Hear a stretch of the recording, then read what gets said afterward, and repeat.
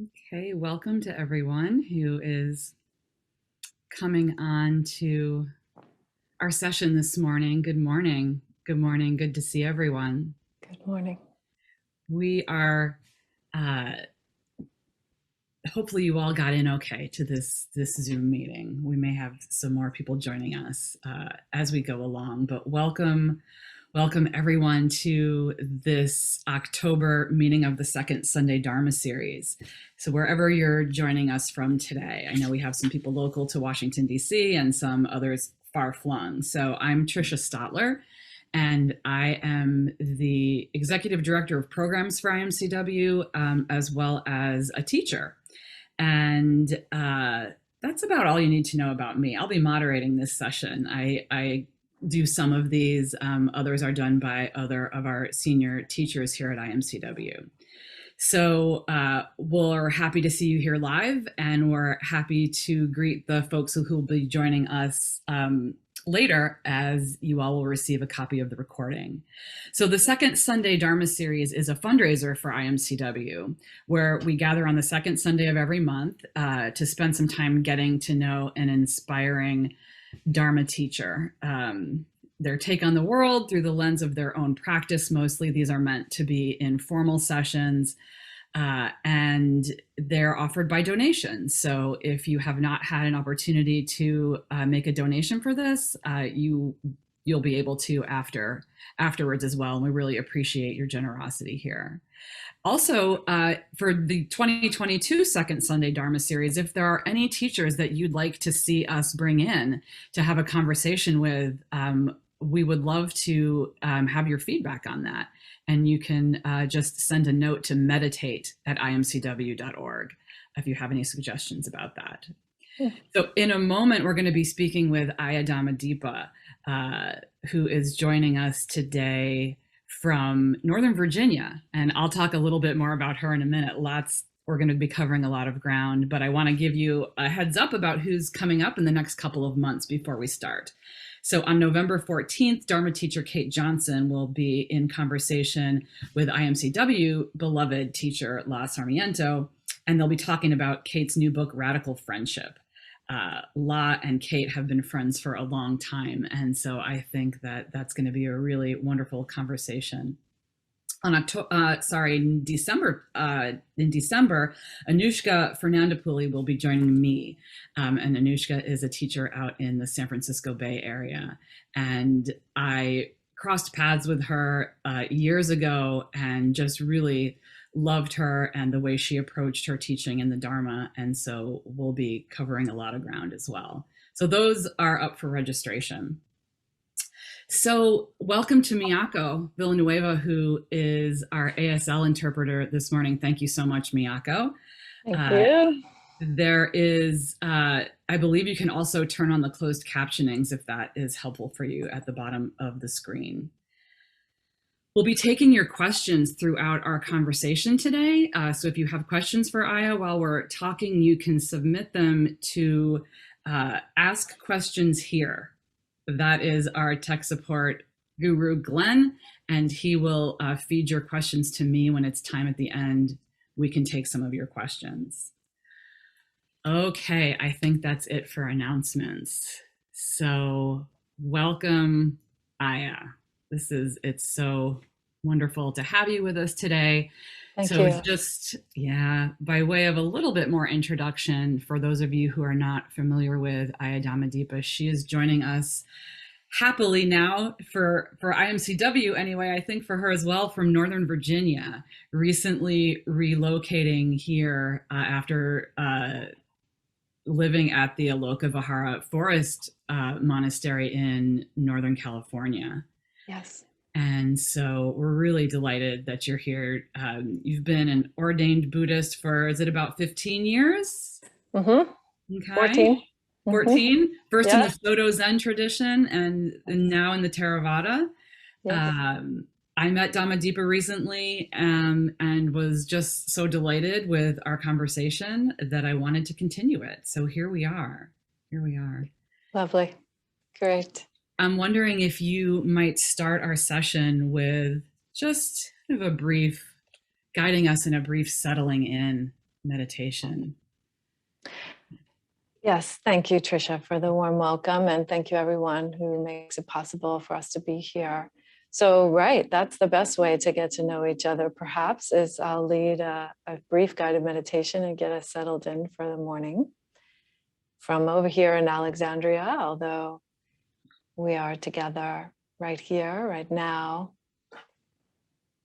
So maybe I'll start with a bell and just allow that hearing the bell, allow the sound of the bell fading away to bring you here into the present moment and into your body.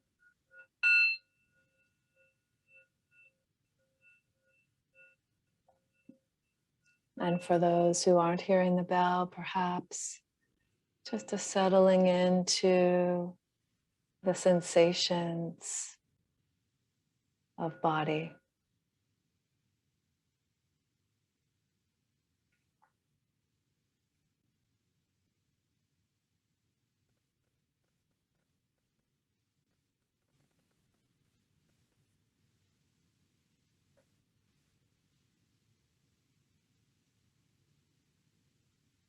So really starting to feel the weight of the body meeting the seat beneath you.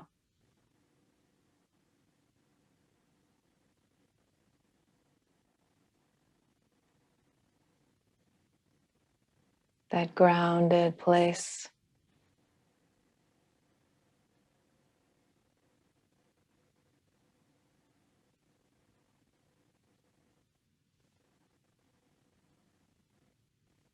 And from that grounded base, allowing the bones of the spine, as best you can, to just naturally allow the spine to line up.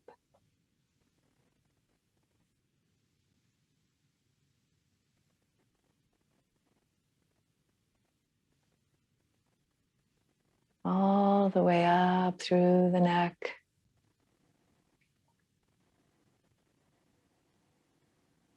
And the head resting at the top of the spine.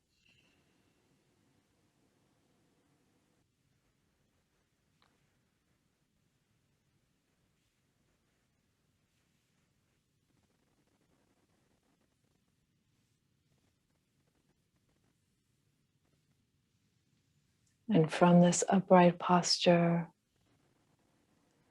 allowing the bones to carry the weight of the body so that the muscles can just soften and relax and widen.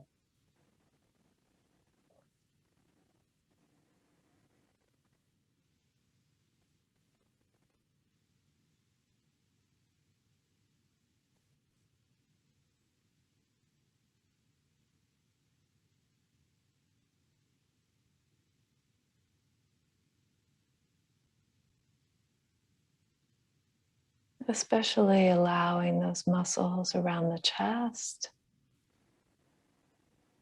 to relax, to open wide, allowing the breath to breathe the body.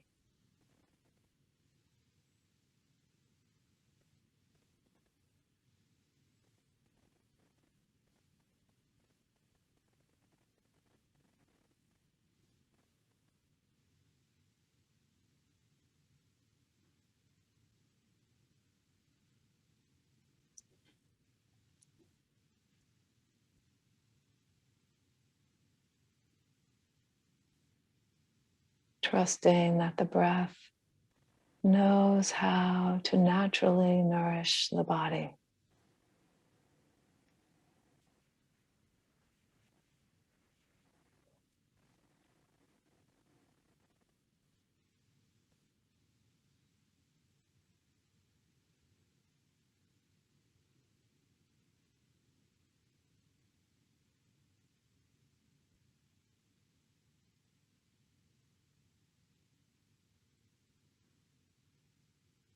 Gathering the hands together in your lap.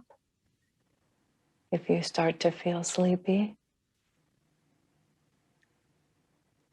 or placing the palms flat on the thighs, if you need to lower and relax the energy further.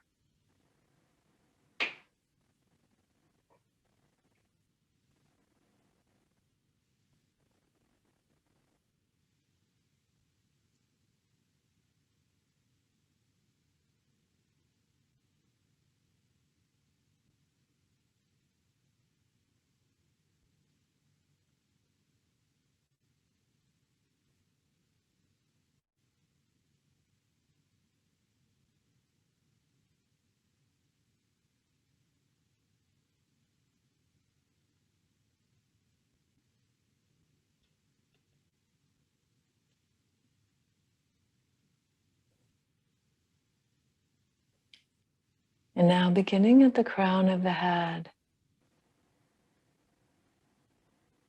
I'm going to just become aware of the earth element in the body. So starting at the top, no need to strain to feel it, just aware that there is earth element in all the cells of the body.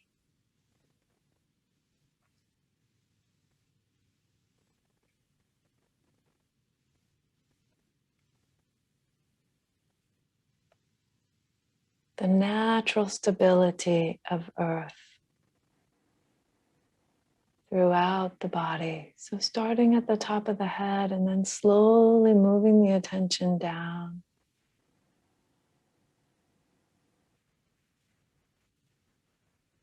Through the head and the face.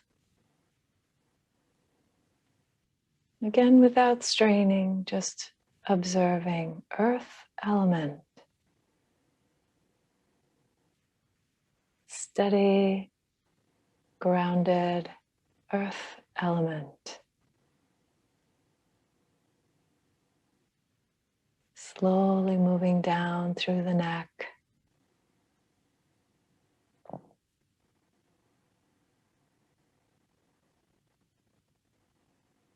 Down the shoulders. Down the arms.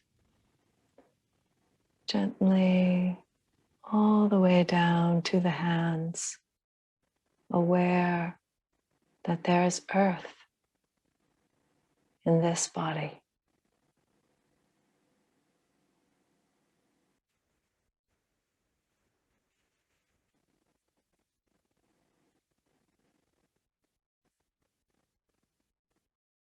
Natural stability.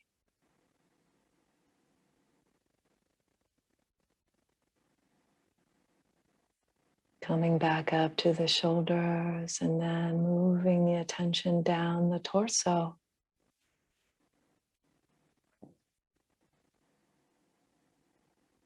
Earth element in every cell.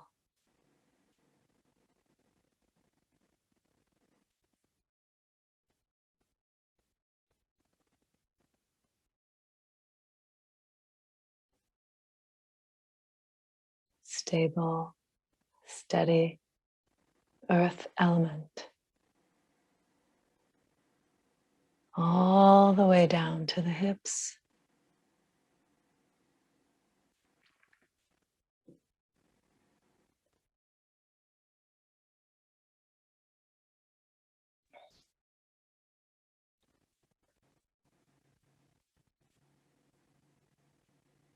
Natural stability of earth element.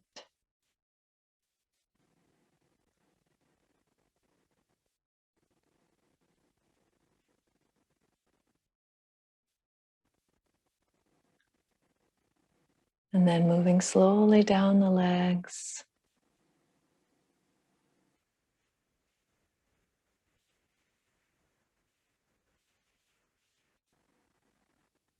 Through the knees and the ankles.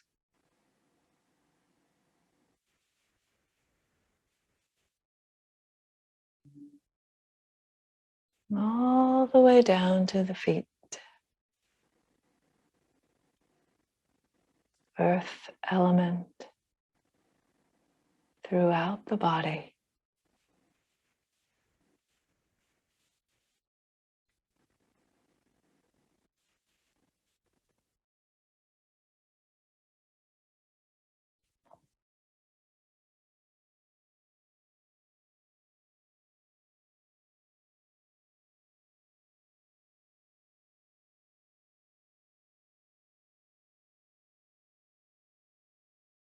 And now opening up the attention to the whole body at once, all the way from the crown of the head to the feet. The whole body naturally stable, naturally pervaded by the earth element.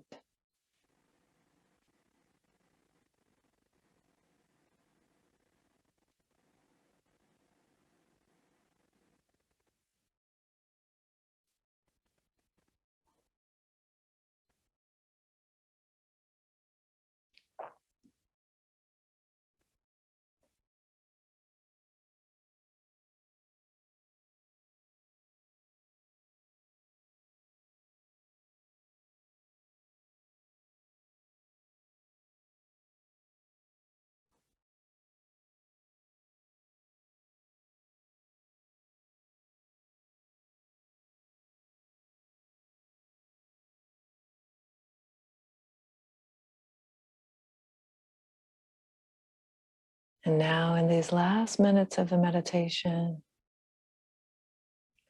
expanding the awareness beyond the body to the earth element externally. Earth beneath you, earth around you, earth above you.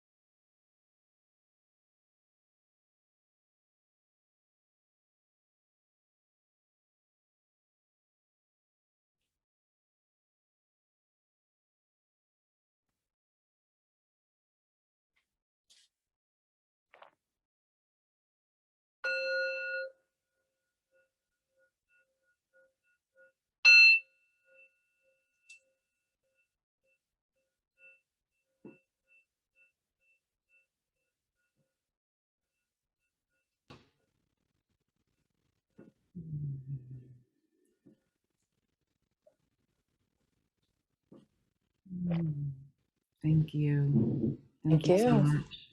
Mhm.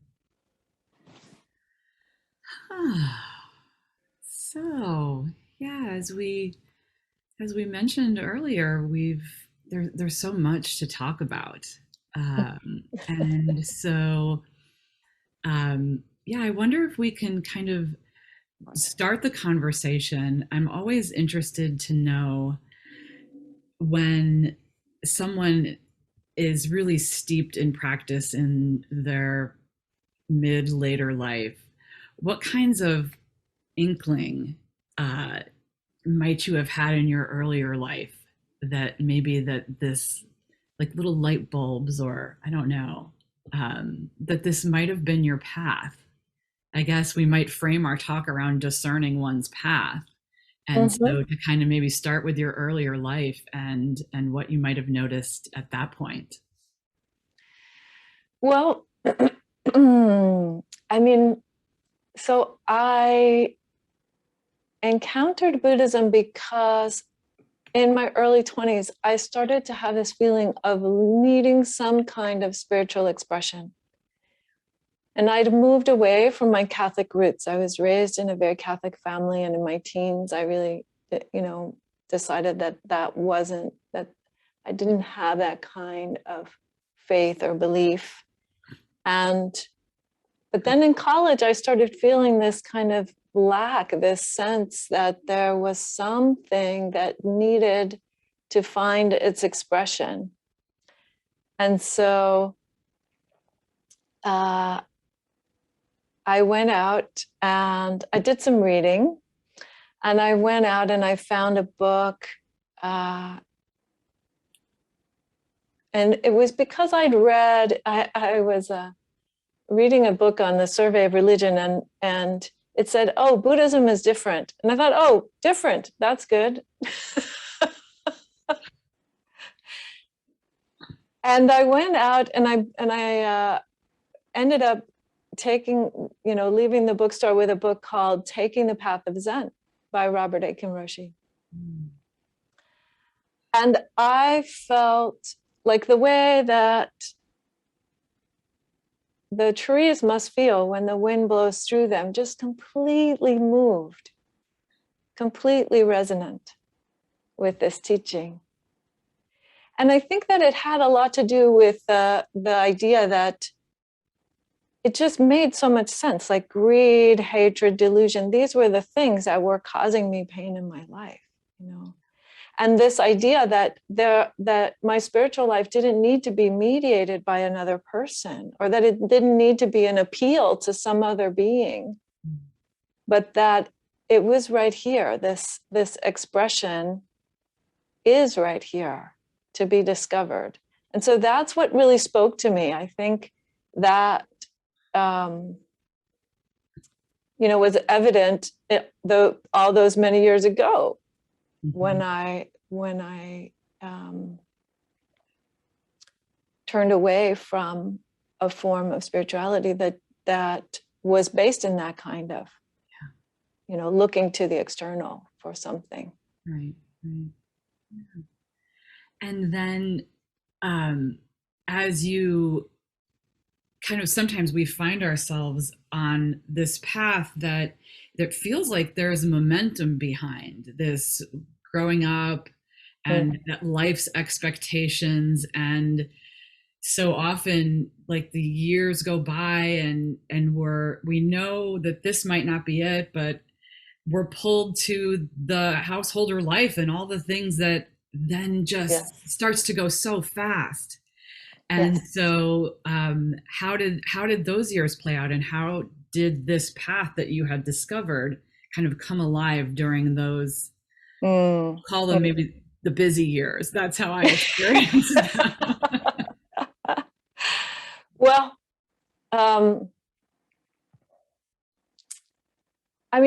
as I said to you before, I think that if I look back at it now, all these many years later, I think about what the Buddha said about our spiritual capacities. So he called them, in Pali, they're called the indriya, which is a word often translated as the faculties, or they can also be called the balas, so the powers. Once they get cultivated, once they get stronger, they become our superpowers.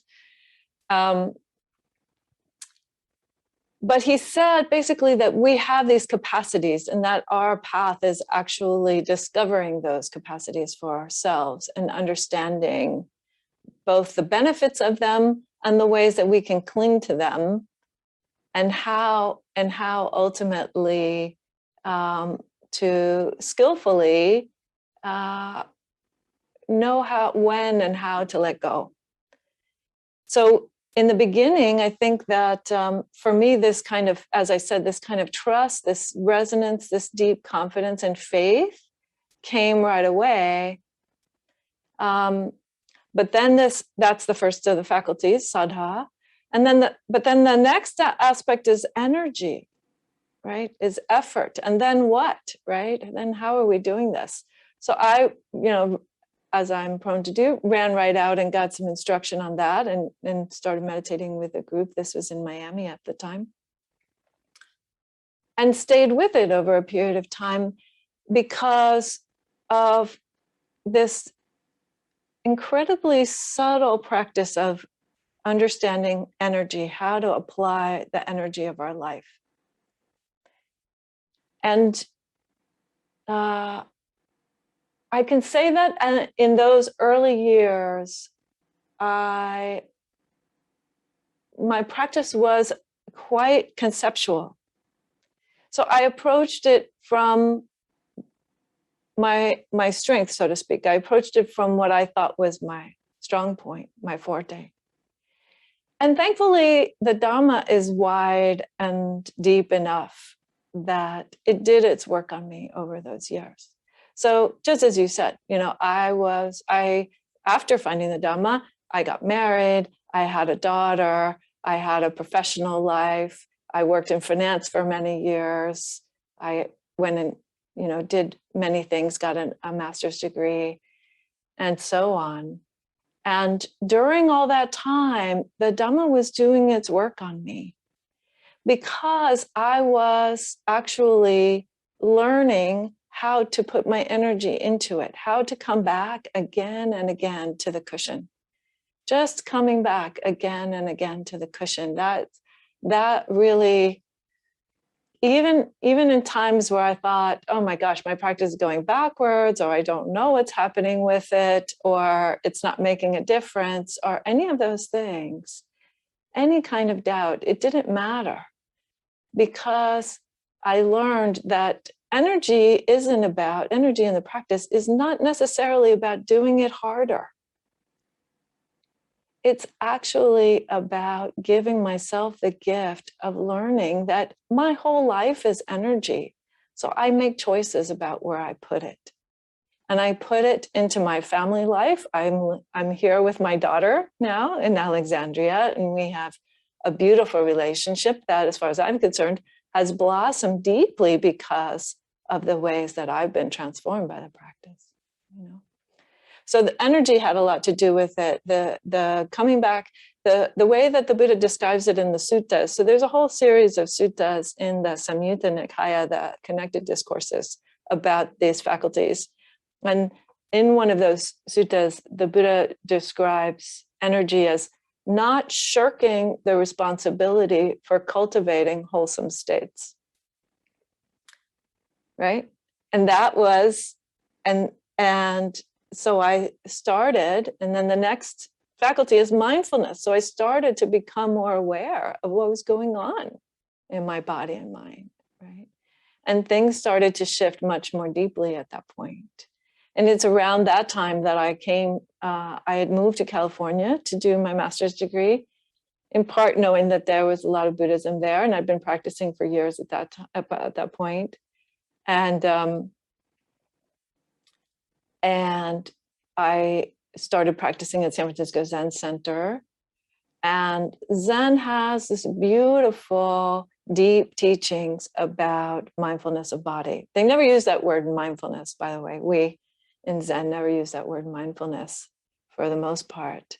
It's more about presence in the moment and awareness. But that's what it is, this beautiful, particularly through ritual, becoming deeply aware of the body. And that kind of embodiment then led to being able to then work with my mind in different ways. And that's how, and actually it was from my time at Zen Center that I got invited to go to Japan and go sit a sesshin, a 5-day intensive retreat with Seke Harada Roshi. So Harada Roshi, I had been studying his book as part of a little book group there on Sundays at Zen Center. And the monk who was leading that group said, I go back for sesshin twice a year, and why don't you come to Japan and meet him? You've been in the little book group for over a year now, you might enjoy it. And I thought, oh yeah, I've never been to Japan, and I could take a week off of work and go out there and meet this person whose book I have been reading. And I had 5 encounters. They're called Doksan in Japanese. I had 5 encounters with Roshi. And that was just a whole nother dimension of Dhamma, like an incredible vastness and depth and intimacy at the same time. That was just breathtaking, absolutely breathtaking.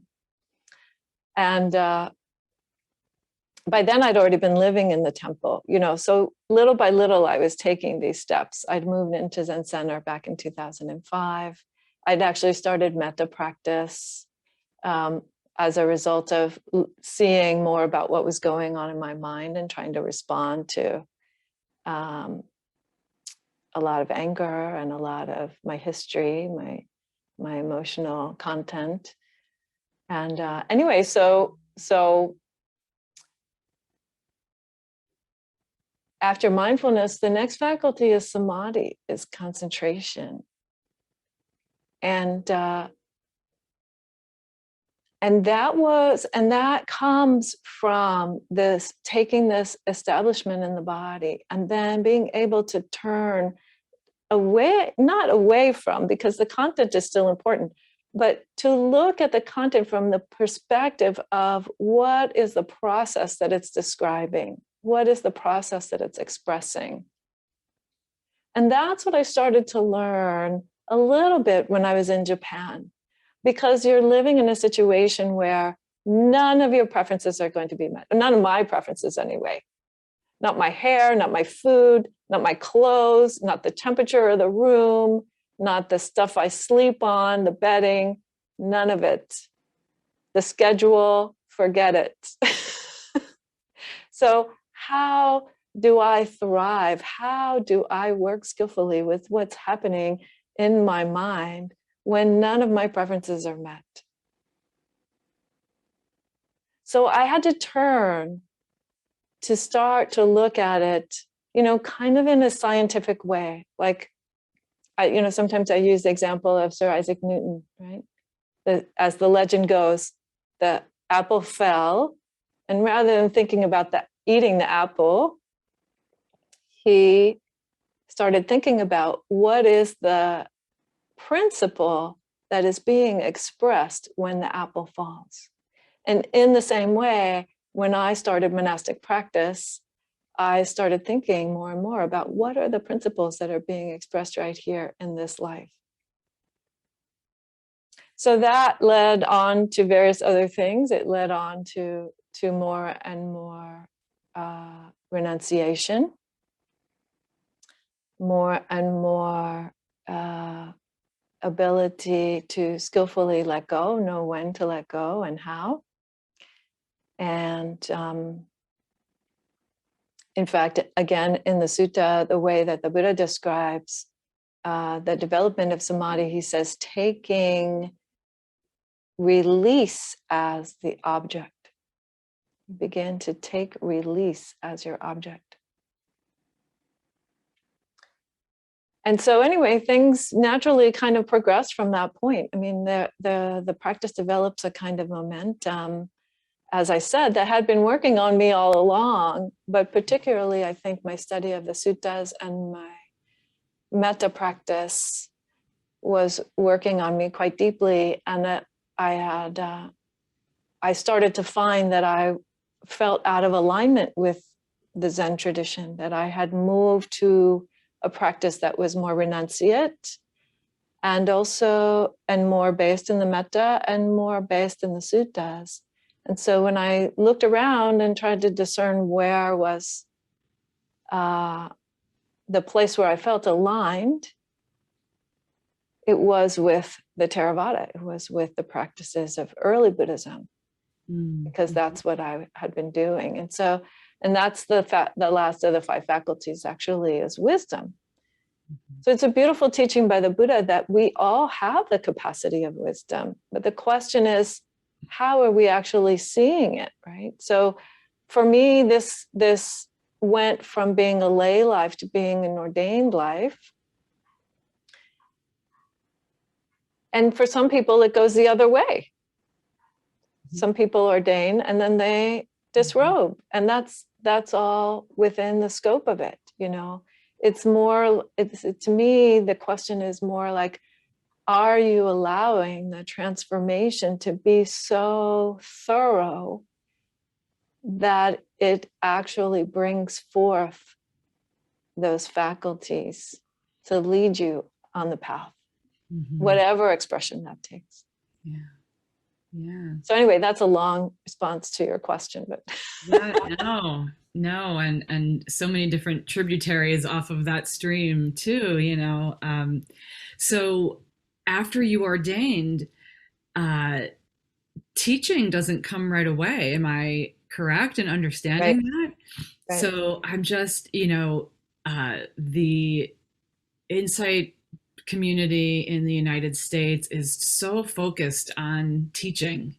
And it's really, I find it really fascinating, just that whole interplay. And so before you, what was your life like as a monastic or for a monastic, when teaching isn't part of your routine? You're just in the life of the monastery, in the fluid schedule and ritual of the monastery.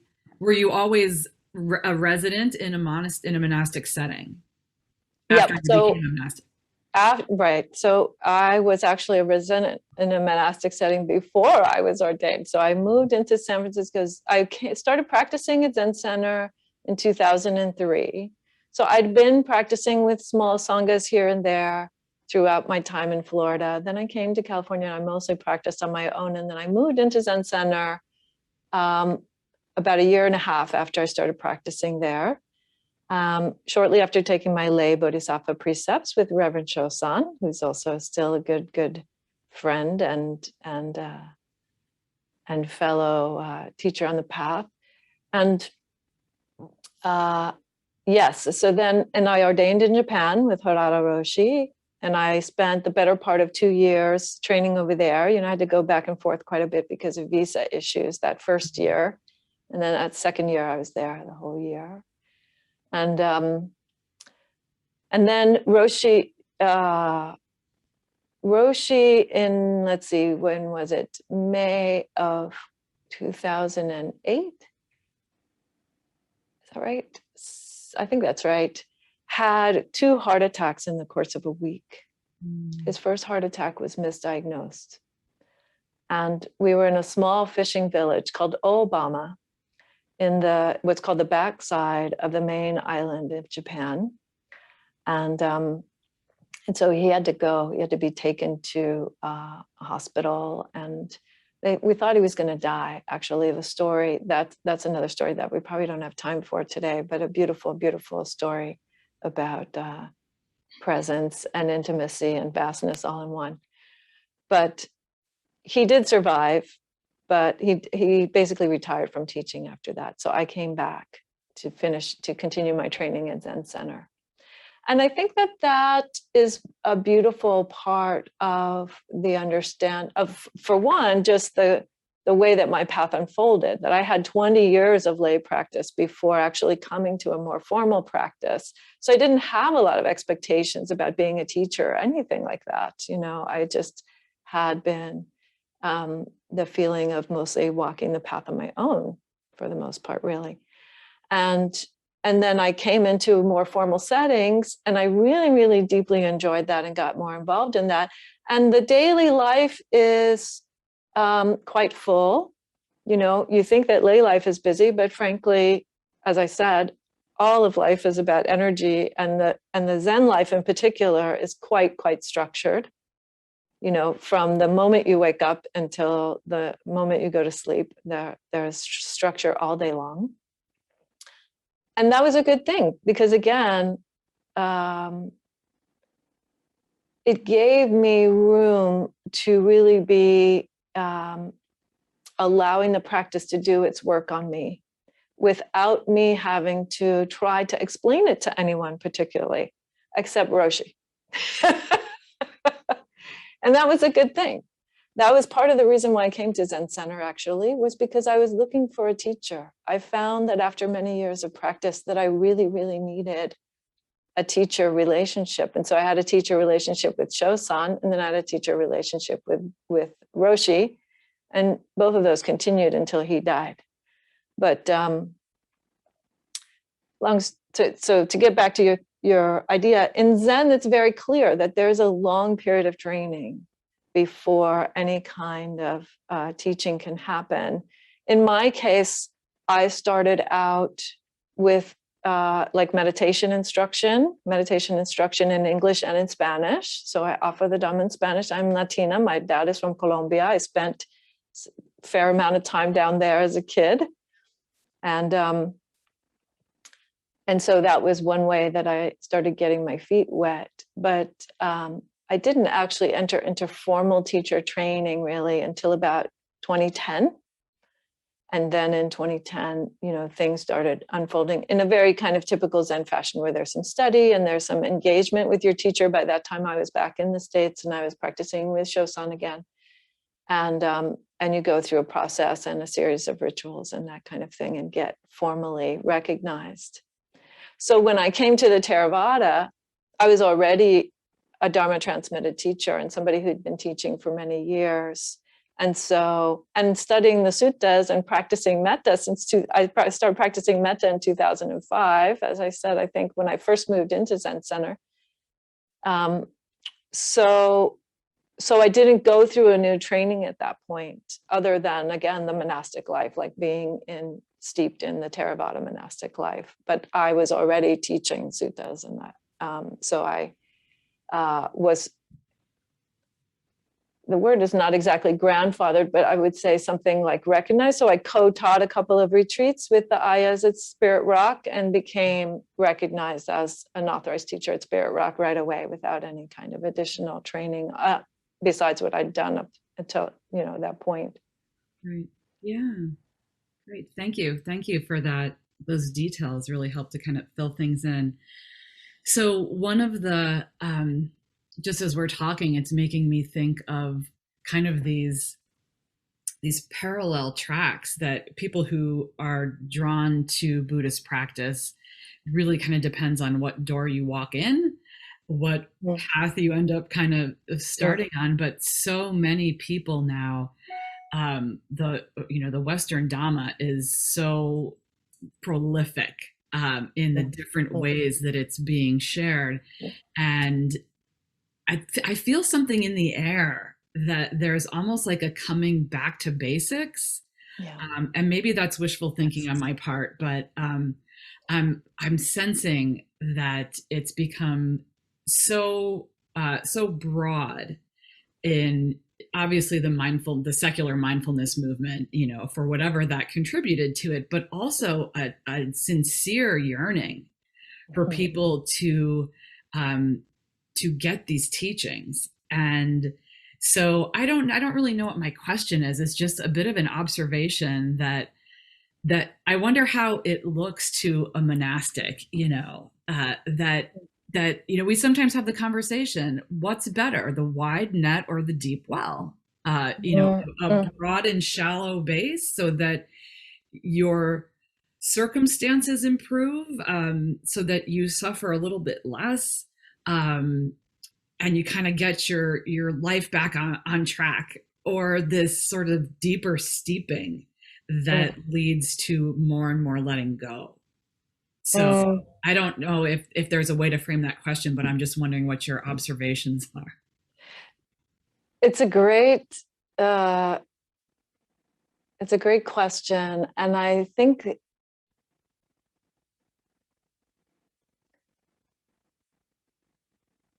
it doesn't have to be a dichotomy like that. I think that the reason why there is so much more interest in the deeper forms of practice, in the other context of meditation besides in addition to the mindfulness, is because, as the Buddha said very clearly, when you start to become aware of what's happening in body and mind, you need some context for that. You need some frameworks to work with that. You need some kind of grounding. So he very clearly said the ethical practice is where we have to start, right? If we don't have a basis in ethics, then the mind will naturally be agitated. The mind will naturally be very difficult to observe. So that's one basis, right? So we see that, that people become more and more interested in the precepts. Oh, well, and I, for the longest time, I think in part because of my Catholic upbringing, I saw the precepts as like, oh no, this is a way to control people, right? This is, these kinds of rules. But now that I am actually living with 311 of them, I would say that I'm able to take this on because I see that the precepts are a support. The precepts are actually this wonderful, vast, deep well of wisdom about how karma works. And without that, I can't bear to see what's going on in my mind, right? I can't bear to see the actions and the things that I'm saying. So that's one aspect. I think the ethical aspect just naturally starts to come in. And if it doesn't, then people fall away from the practice because, as I said, they can't really deal with what it is that they're seeing coming up, And the other aspect is a little bit of what I was alluding to earlier, which is the depth. The Dhamma is doing its work on us. It's not just a formula. It's not just, you go from point A to point B. If it was like that, we'd all be arhats. I promise you. We would have by now come up with the standard checklist, and everybody who wanted to would be able to do it.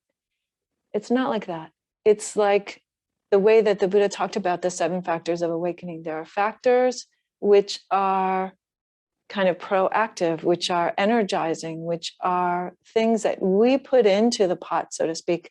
And then there are the factors which are the surrender, which are the giving over to the momentum of practice and the way in which practice can show you that letting go isn't about tearing the horrible things out of your hand. All things are passing through your hand, whether you like it or not. So this is a way to find peace with it. This is a way to find your peace with it. So that naturally, so you see what I'm saying? So the whole container then of sila, samadhi, panya, right? Virtue or ethics, concentration, wisdom, that whole package, it makes more and more sense. Even no matter, again, where you start off, whether you start off by saying, oh, I feel like I need to be more ethical in my life, and I see that there are some very beautiful ethical teachings in Buddhism, or you start off with the meditation because that's what feels like it will bring you some immediate relief. Or you start off with the wisdom teachings, which a lot of people do. They read a book by some incredibly accomplished practitioner and they get inspired by that. Wow. How beautiful the potential of a human life, including this one. Wow, could this one also have that same potential? Yeah. Yeah. And the answer is yes. Right. Yeah. Yes. Yeah. It's interesting as I've kind of come along this path myself, that the one aspect that I've really had to intentionally seek is the sila aspect, the virtue aspect. And virtue is kind of a loaded word here. We think of like Victorian era virtue, but just the letting go aspect, the radical honesty aspect, all of those things that are involved in that is not that emphasized. And neither is the discipline element of the practice. Yes. We spend a lot of time tending people who come in because they're hurting. And so that seems, it's almost like to triage people who are coming in wanting these teachings. It almost seems like cruel and unusual to start with virtue when someone's really suffering. So we go to compassion, or they want more concentration so that they can do X, Y, and Z in their life.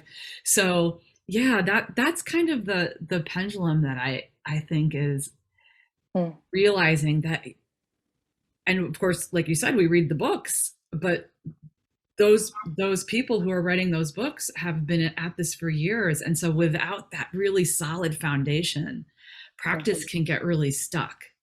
Mm-hmm. So Mm-hmm. And that's where the teacher-student relationship can come in. That's really, it's a place where there's a possibility for this kind of reflection to happen. And I have to say, I'm incredibly grateful that both of my two main teachers, which was again Harada Roshi and Reverend Chosan, did not have any agenda toward me other than my awakening. They didn't, it was really clear that that's what our relationship was about, and there weren't distortions in there that I could perceive. And it made it possible for me to come in with a sense of openness about what was really happening, and to see the reflection again of their years of practicing with those same sufferings, because we all share at a general level the same sufferings. So how did they get inspired to really go deeper than that? Because that's what the practice is asking us to do. It's not asking us to really just get to tidy up our stories, right? If you want to do that, you can go to psychology, and psychology is a wonderful, wonderful field, and it's very helpful. I highly recommend it from my own experience. Great. But this is not that. This is not that. This is to move to an entirely different view of the dynamics of your mind. And if you can even start to approach that, then it will pull you in, because you can see, oh my gosh, like we've shifted gears completely. You know? But yes, I hear you that that's part of Western cultural baggage. You know, I hear in Buddhist circles oftentimes talking about Eastern cultural, Asian cultural baggage, but Western cultural baggage is we don't like to talk about ethics. But or karma for that matter, oftentimes people don't want to talk about karma or try to even understand karma as a dynamic. But I think that without a basic foundation in that knowledge that what we do matters, you can't possibly discern what's a good choice to make. You can't possibly really have, and I want to, if there's one message that people would take away today from what I have experienced in my life, I would say this: when you put your trust in the Buddha and in the Buddha's teachings, what the Buddha does is the Buddha puts his trust back on you. He said over and over and over again in the suttas, what's going on in this body and mind is enough to wake up. You can tell. You can tell. It is in your nature. We're built that way, right? But it takes a tremendous amount of trust, and it takes a lot of effort, a lot of just coming back again and again. But wait, but what? What is it that I'm really seeing here? So a lot of effort and a lot of courage to approach that reality that all things are slipping through my hands. And then what, right? And then what? How to live a beautiful life right there in the midst of that. Yeah. And so such a beautiful reminder and invitation to practice and to connect with a teacher that can kind of remind you. It's like remind you of who you are, and of your kind of innate wisdom that's able to be tapped into through this practice. Yeah, Yes. I want to remind folks at this point that if you do have questions for Ayya, that you can post them. If you go in the chat, you should be able to scroll around and find ask questions here. If you want to put a question in the chat there, Mhm. I would be happy to pose that out loud to Ayya. Great. Yeah, yeah. I kind of reflect on, the way the world looks right now, the way what things we're Mm, experiencing mm, mm, and what's called for, and just the strong pull to delusion, to go mhm, back to sleep, to not see things how they are. Even the whole alternative facts movement, just all the efforts on the outside to keep us kind of like this veil of gauze kind of over our eyes. And that's, mm, I think, what the practice has really helped me with, is kind of a radical mm. honesty, which I think is rooted in virtue. But if that piece isn't, and I've got a lot of work to do on that, I'm asking these questions through my own lens and kind of hoping that everyone else can relate. But the wisdom doesn't really ripen when those other pieces aren't in place. So I don't know. I Mm, just mm, Here at IMCW, I know we're trying to cultivate a community of practice, where we are able to be together and just through the sangha, through that element of sangha, be supportive to each other, but also kind of be reflections to mm, each other as well, mhm, on mhm. this path. So, yeah, Yes. And yeah, Sangha is tremendously important as well, right? The Buddha said, Sangha is the whole of the spiritual life, right? There's an actual sutta in which he says that to Ananda. yeah. Probably many people know that sutta, right? Yeah. Ananda Do you comes want to do the you want to Buddha. repeat it? I Yeah. can tell you so Ananda comes to the Buddha, and Venerable Ananda was the Buddha's attendant for many, many years. Once the Buddha reached the age of 55, he'd had various other attendants before that, but then he needed a new one, and he said, oh, we thought Venerable Ananda's understanding of the Dhamma would be good and would be a good support to him. And and Venerable Ananda's willingness to be of service. So Ananda was his attendant, his assistant, and somebody of incredibly accomplished memory. It's said that because of Venerable Ananda's memory of what the Buddha said, that we have the recitations of the Dhamma that have come down to us over time. But in any event, the Venerable approaches the Buddha and he says, oh, I get it now. Sangha, good Dharma friends, are half the spiritual life. And the Buddha says, no, no, no, no, Ananda, Venerable, do not say that. He says, good Dharma friends are the whole of the spiritual life. The whole of the spiritual life. And in fact, there's another sutta, and I believe it's the Majjhima in the Middle Length Discourses, in which the Buddha says, basically goes through a whole long series of steps, a whole chain of steps. But he basically says that ignorance arises in part or originally because of our lack of exposure to people who are wise. So the Buddha makes it very clear that we're influencing each other, right? So we need to stay with the people that inspire us. And that's why I went to Japan. And that's why I lived in San Francisco Zen Center. And that's why I went to Lokavihara, because I wanted to be with the people that would inspire me to go those next steps in my practice. And it's made all the difference. It's made all the difference. Yeah. Yeah. And so we have a question from Kira. How do you recommend someone starting out on their path approaching finding a teacher? Well, it's not something to be taken lightly. So it could take some time, first of all, Kira, I would say. And particularly early in the path, it needs to be someone that you feel that you can be real with. I think that sometimes people feel like the best teacher is the most exalted person, the person that feels like the highest in whatever way. But if you have somebody who's up on a pedestal like that, frankly, a lot of times that doesn't work. that person falls off the pedestal for various reasons. And we see that happen in very sad and harmful ways in sanghas.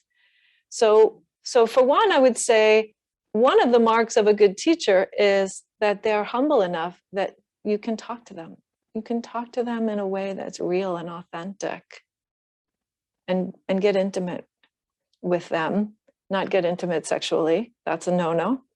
That's absolute not in the picture, especially for monastics. We're all celibate. I've been celibate for over 10 years myself, but we're not talking about that. We're talking about intimacy of your mental and physical experience of the practice, being able to talk really, really personally about that and feel that you can bring what's really happening to the relationship.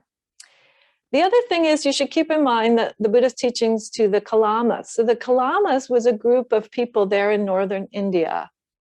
And I love to tell this sutta because it's so instructive for us Westerners.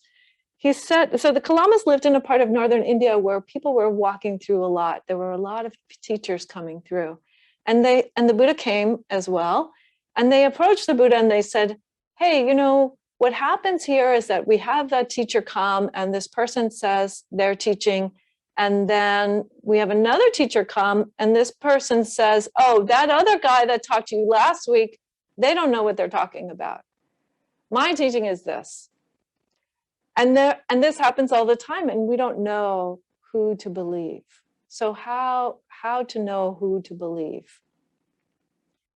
And the Buddha responds to the Kalamas in a way that I think is quite surprising for most of us. He starts out by saying, first of all, you cannot determine it by analytical means, by figuring it out, by deductive reasoning. And so automatically, most of us Westerners, we're like, whoa, what? Hold on a minute. Why is that true? And I would suggest, the Buddha doesn't explain it in the sutta, but my interpretation of why the Buddha would say such a thing is that it's very hard for us to actually analyze something on the spiritual path that we haven't experienced yet. You can't really bring your logical mind to that. So he says you can't tell by texts, you can't tell by lineage, you can't tell by whether they're a good speaker, you can't tell because somebody else says they're a respected person. You can't tell by any of those things, those many, many different ways that people choose a teacher. So how can you tell? He said, when you know for yourself that a teaching brings you joy, brings you clarity and wholesomeness to your mind, then follow that person. Then follow those teachings. So once again, the Buddha puts his faith back on us. And he says, you will know for yourself, what is it that brings you clarity? What is it that brings you compassion, wisdom, joy in your life? And he teaches them right off the bat, my favorite practice of all time, which is metta. He teaches them the loving kindness meditation. So I would say, start off with loving kindness meditation, lots and lots and lots of loving kindness meditation. Can't go wrong with that. And look for a teacher that helps you bring clarity and wholesomeness to your heart and mind. And Kira, logistically, I know sometimes people say, oh, okay, I get it, but where are they? And what's their phone number? Or how do I contact them? And I have sometimes pointed students, there are definitely teachers at IMCW who do interviews, who you can schedule a one-on-one to talk to about your practice. And Yes. They can certainly help to point you. There are other teachers as well. COVID's been a time where many, many teachers are teaching online, and you can experience their teachings firsthand, and then find a way to contact them to see if they're taking students. So there's this kind of like unspoken way, but there's getting to know the teacher's teachings, like I was saying, and then it's like, well, how do I contact them? And so usually teachers are affiliated with an organization that you might be able to find some contact there. Yeah. Yeah. Lauren, just to get one more question in before we need to close today. Yes. Lauren has a question about anger. She said, you mentioned having anger. What was most helpful in letting go of that anger and finding peace? And I realized that with, 8 minutes to go, that this is a really big topic, but if there's anything you can say to Lauren. Sure. Well, so the short version is metta practice, loving kindness practice, is what the Buddha recommended specifically as, and all of the Brahma Viharas, the 4 Brahma Viharas. So there's metta, loving kindness, there's karuna, compassion, mudita, empathetic joy, and upekkha, equanimity. And what happened was that I had just recently moved into San Francisco Zen Center, and I, again, because of thankfully more mindfulness, realized that I was waking up angry every single morning. Every morning I would wake up angry, and it wasn't because of the sound of the bell, or because of what work I had to do that day, or because of the time of the morning, or because of what I had dreamt about, or anything. I couldn't find any reason. I was just carrying around this anger. And I went to Reverend Shosan, and dear Reverend Shosan said, well, it sounds like you could stand to do some metta meditation. And so she taught me how to do metta meditation in the form of the phrases. May I be well. May I be at peace and at ease. May I be free from mental and physical suffering. And then may all beings be well. May all beings be at peace and at ease. May all beings be free from mental and physical suffering. And so on. And so I just never stopped. That was that was such a powerful practice for transforming my mind and body, not by wishing it to be different. And I want to make that very clear, because I think that many people often come to metta practice with the idea that it's some kind of like crazy wish for everything to be okay, or that it's like trying to force the world or force my own heart and mind to be okay and to be less angry. It's actually not about that at all.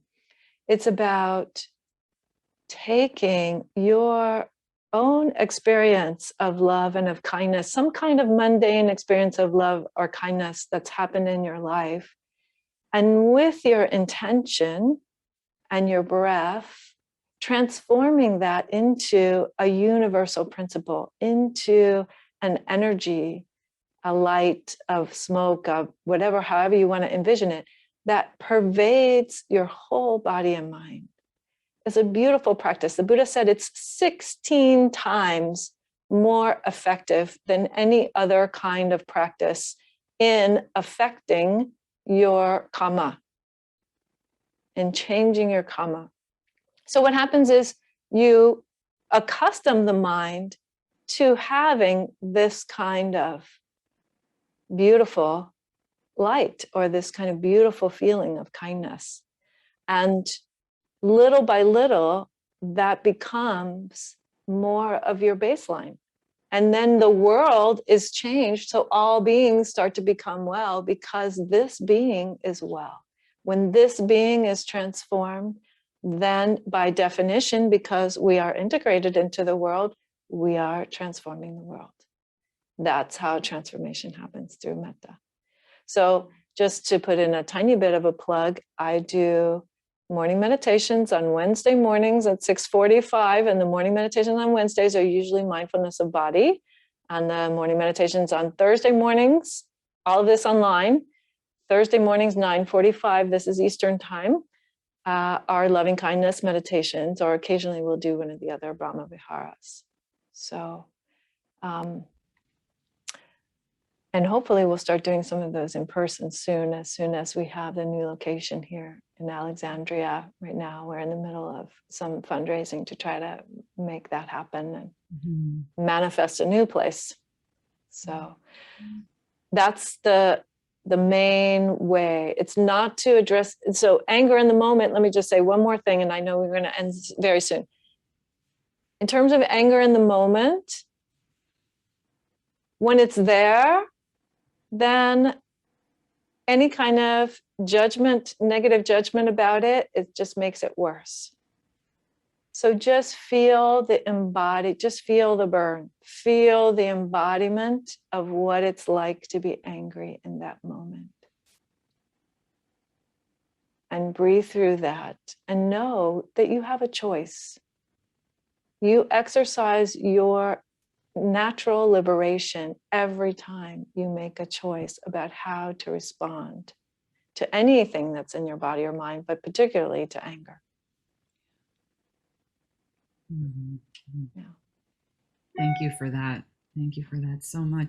And for this whole session. It's been really wonderful. Thank you. Thank you I have like so many more questions. Maybe you just need to come back and we need to have a part 2 of the conversation. But I do want folks to know that that we are hoping to see more of Ayya Dhammadipa around IMCW. We're really blessed. You sort of dropped out of the sky into the, I guess we're thanking your daughter for her too, definitely. Serendipity of you ending up in our area, because it's really a blessing to have you here this morning. And I know our community will benefit from that. So yeah. Thank you so much for having me. And I'm really very happy to be here, I have to say. Happy to be here in Alexandria, happy to be touching into the broader Sangha here.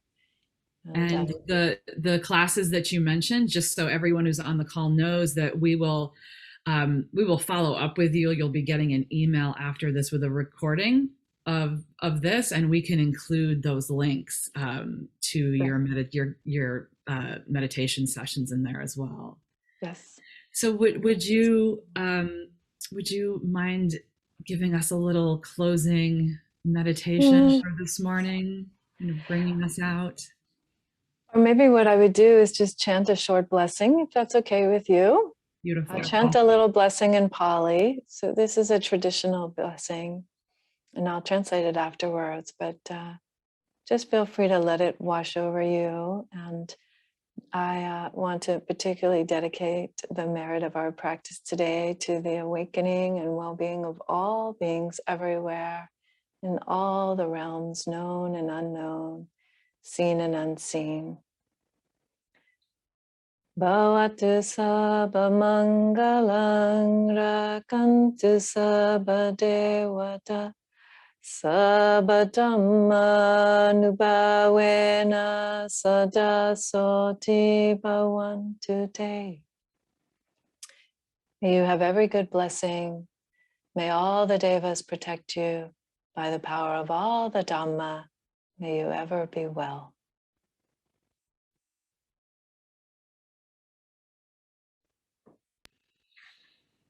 Thanks, everyone. Thank you for coming out. Yes. Much metta to you all. Thank you so much. Yes, thank you. Have a beautiful day. We'll be seeing you soon. I hope so. Yes. Great. Bye-bye.